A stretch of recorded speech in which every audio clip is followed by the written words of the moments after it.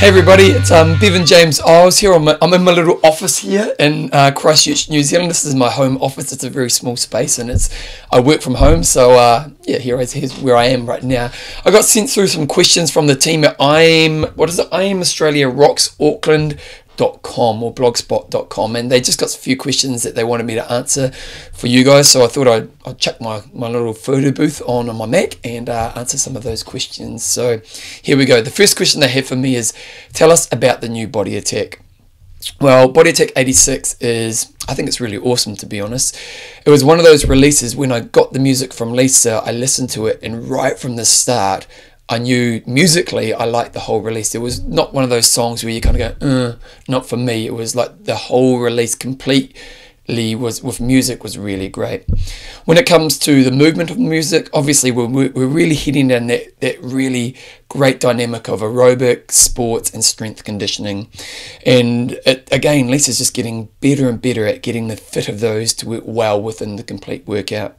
You'll notice a couple little things within this release. For example, like in the warm-up, we're losing the clap, and I know traditionally we like to do all the claps, but you know, we're trying to go more down the sporting path in some areas, and those types of shifts are actually a big part of where we're moving in the program. So I really like the release, and I'm pretty sure that you guys will too. What was the highlight of this quarter's filming? I think there's a couple highlights for me. I think the first thing was to see how the new instructors came along and did a great job.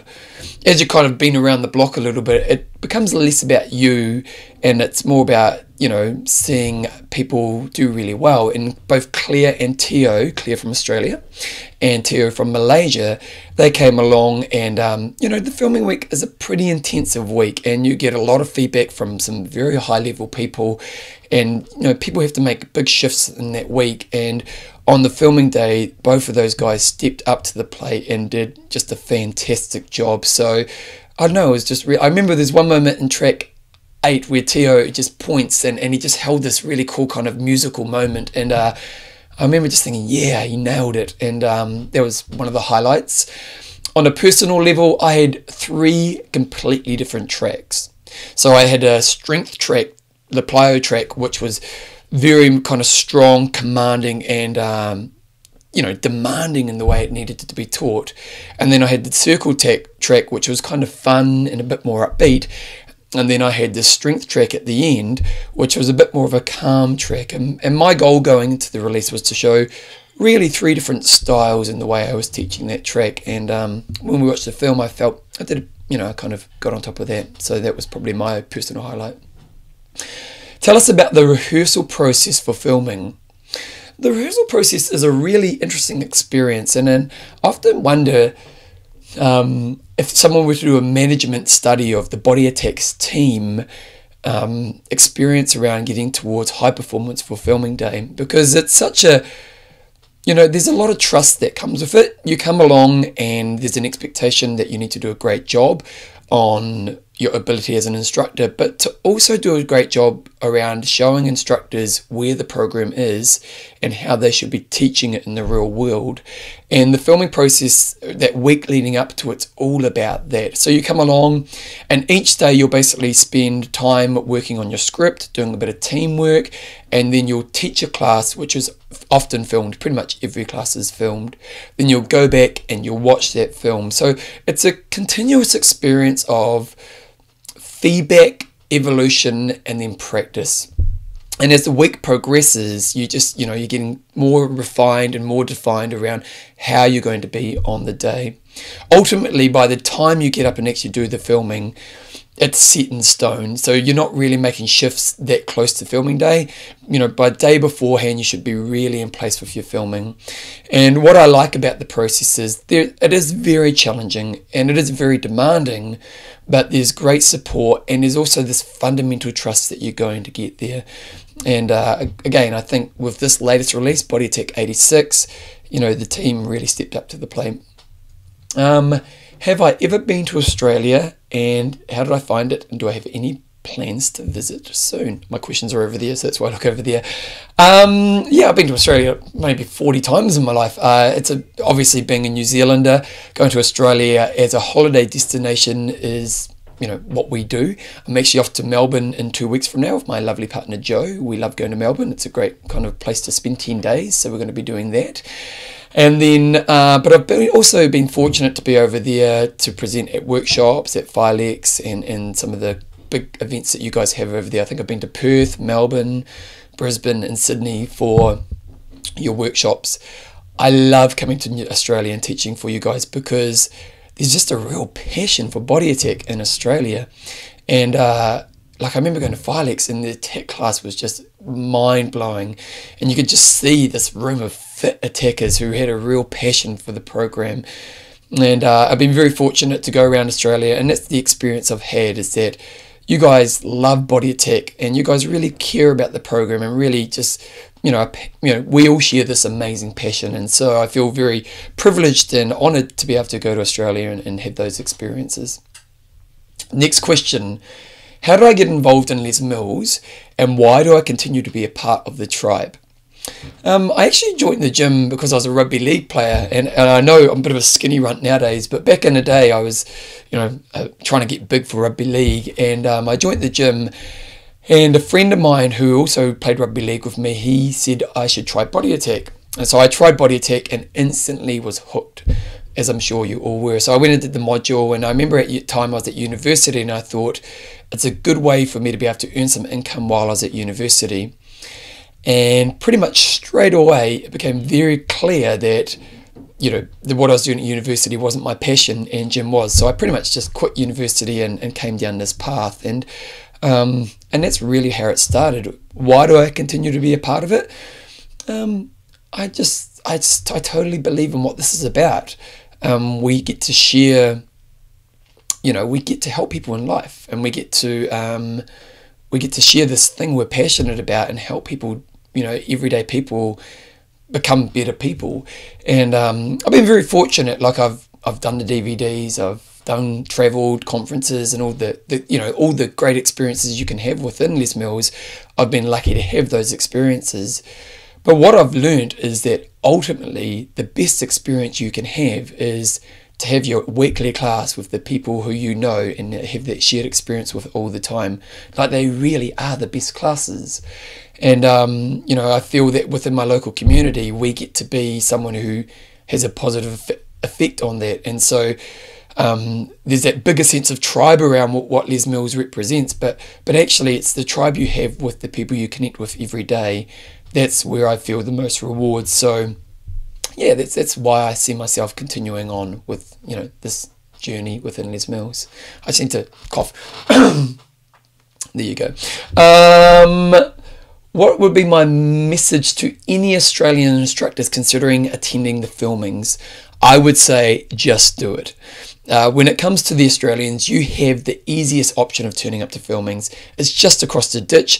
Financially, if we compare to the Asian countries, the Americans, the European countries, it's much less of a financial commitment. And the filming weeks are awesome. Even, obviously for us, we're on this film, so we're kind of working. But what I love about the filming weeks is that each time you turn up and there's a bunch of people from all around the world who are there just to experience the filming week.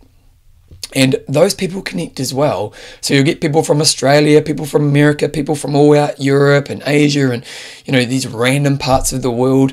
And we have this shared thing we do together. So these social interactions come along and these people connect, and it's just really cool to see. And then you get to come along to filming day, and filming day is just awesome. You come along and you get to see, the names that you've all, the faces and the names you've always seen, and it's just really cool. Everyone you speak to who turns up to filming week, talk about how much they love it, and I don't think I've ever heard anyone say they regret coming to filming week. So if you're in Australia, you might want to save a bit of money, but set that money aside and really invest in coming on over. I will say, if you can time it around the GFX, which happens pretty much every 18 weeks, it's even better. So maybe 18 months, it's even better. So you could look at doing that. Next question. How many classes do I teach? Which programs and where? Well, my everyday classes, I'm based out of Christchurch in New Zealand. So I have a gym in Christchurch, Les Mills Christchurch. I teach body attack, RPM, grit. I've just picked up grit, which I haven't even started teaching, which I start in about 2 weeks. What I say? Attack, CX, RPM, grit, pump, and I sometimes teach a little bit of step. What's my favourite program? It's a really hard question to answer because different programs offer different things. Like, I love the mind of exercise, and I love getting inside people's heads and trying to explore how far can I push them.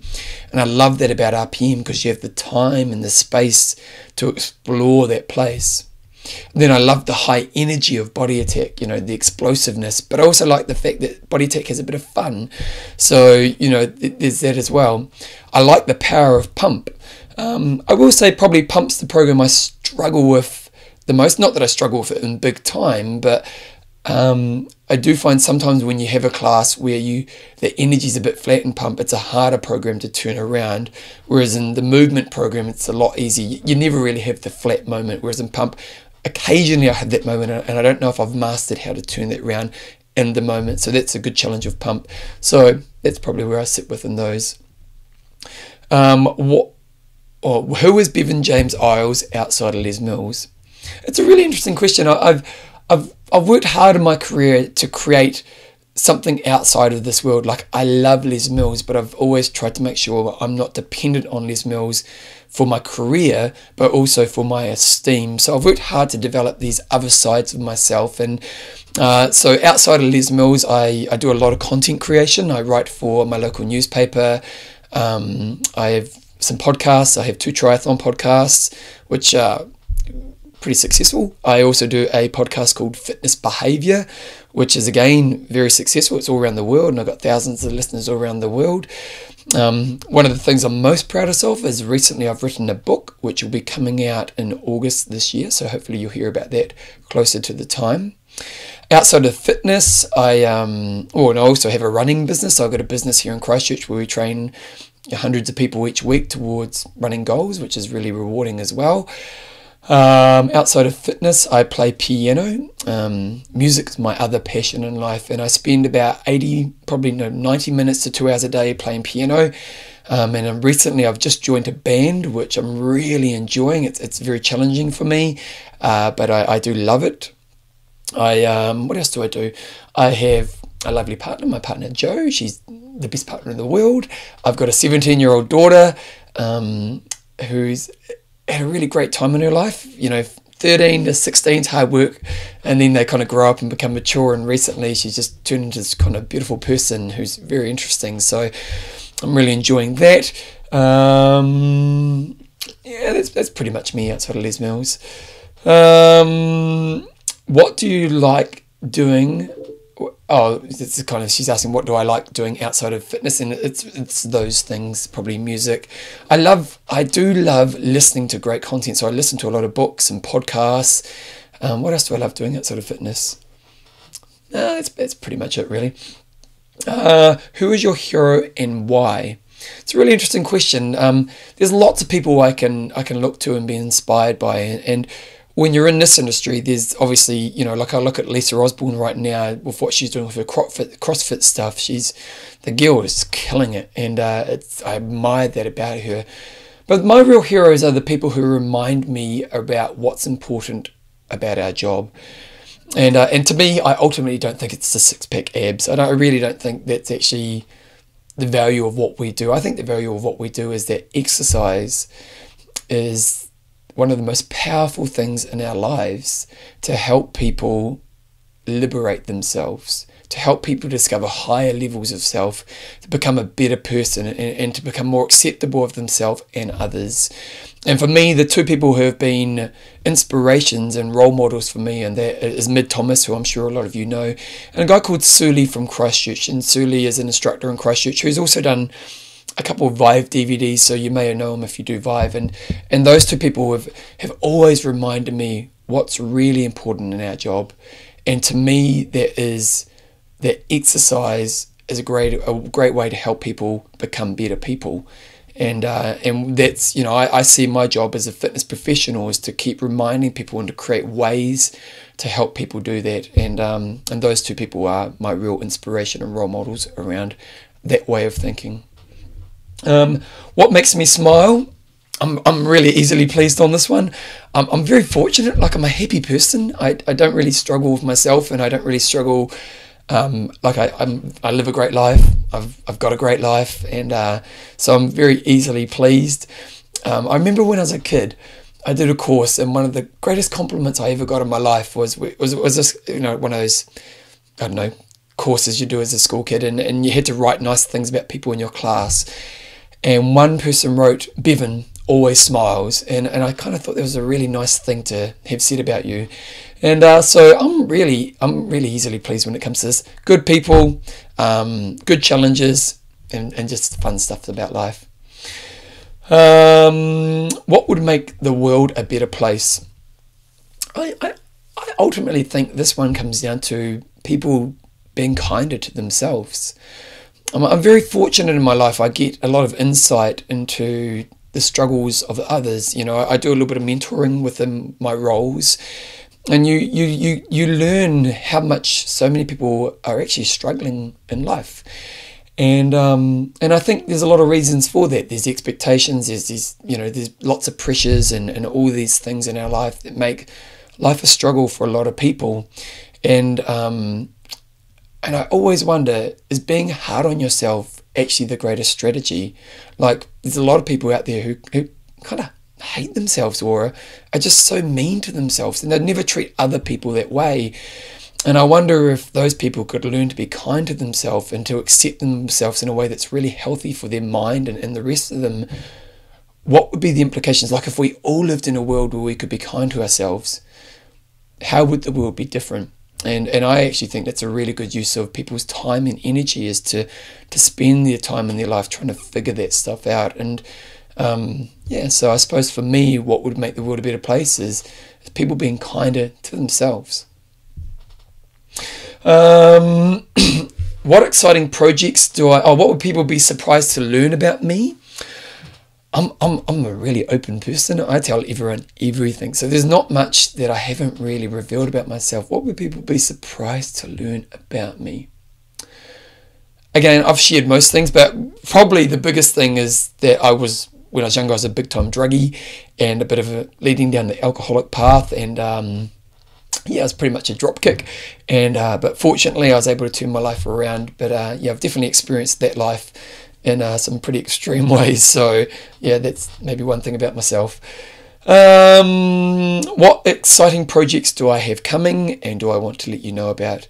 Ultimately, it's my book. I've written a book. I hired a batch and went away and wrote a book in a week, and I'm working with my publisher literally right now. So we're doing the final edits, and we're getting the name and the cover and all that stuff sorted out, and it's going to be coming out sometime in August, so only in a few months from now. And I'm really excited about getting this book out to there. I think it's a different angle, and I think it's an important message to get out there, and hopefully it's a message that can help more and more people be successful with exercise. So keep an eye out for that. Maybe look at my Facebook page or the rest of it. I do a lot of writing and a lot of content creation, so if you want to check out my website, it's bevanjameseyles.com, and you can read all my weekly pieces and my podcasts and all that kind of information. Other than that, that's probably my most exciting thing in my life right now. Oh, the band. Obviously, we're going to be the biggest band in the world within the next year, so look out for the band. Any other information? No, I think ultimately I need to say thank you to you guys. We're all doing the work, and you guys bring so much passion and time and energy and effort into this thing that we share. And I'm very lucky that I get to represent us at a high level, and I do respect that, and I always try to maintain a quality that does show respect to this thing we do. But really, it's you guys who are out there doing the work with your people in your community. And so if I have anything to say, is just keep being great and keep doing what you do, because it is important work. And so thanks for your time. Hopefully you enjoyed my office, and hopefully if you ever get to see me or meet me, come up and say hello. I'm never shy. I love talking to people, as I'm sure you can tell right now. So there you go. Thanks for your time, guys.